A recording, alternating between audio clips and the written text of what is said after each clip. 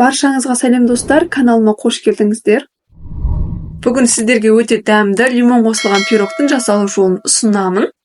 Жасалу жолы өте оңай, әрі жұмсақ болып шығады. Бұл пирог менің отбасыма қатты ұнайды, сондықтан жиі жасап тұрамын. Сіздерге де жасап көруге кеңес беремін. Видеоны соңына дейін қараңыздар. Каналыма тіркеліп, лайк басуды ұмытпаңыздар. Бізге керекті заттар ұн, жұмыртқа, қант, лимон, сары май және қопсытқыш.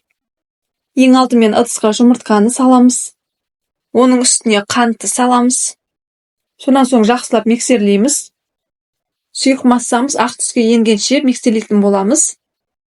Ендігі кезекте бөлме температурасындағы жұмсақ сары майды саламыз. Жақсылап миксерлейміз. Енді лимонның цедрасын арнайы үкіштен өткізіп аламыз. Мен ыңғайлы болу үшін лимонды екіге бөліп алдым.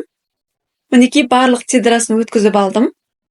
Сонан соң лимонның барлық шырынын видеодағыдай қосатын боламыз. Жақсылап миксерлейміз. Келесі кезекте қопсытқышты ұнға салып араластырып аламыз.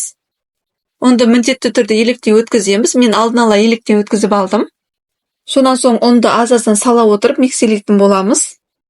Егер миксер болмаса, венчик пайдалансаңыздар болады. Келесі жасайтынымыз формаға сары май жағып аламыз. Формаға дайын тұрған массаның барлығын саламыз. Формаға салғаннан кейін бетін тегістеп жібереміз. Алдын ала қызып тұрған пеште 170 градуста 30-35 минуттай пісіріп аламыз. Мінекей достар, пирогымыз дайын, суытып барып кететін боламыз. Лимон қосылған пирог өте дәмді, әрі жұмсақ болып шығады. Менің отбасыма өте қатты ұнады, сіздерге де ұнайтынына сенімдімін. Осы видео ұнаса достар, каналыма тіркеліп, лайк басуды ұмытпаңыздар. Сіздермен болған Ақшолпан.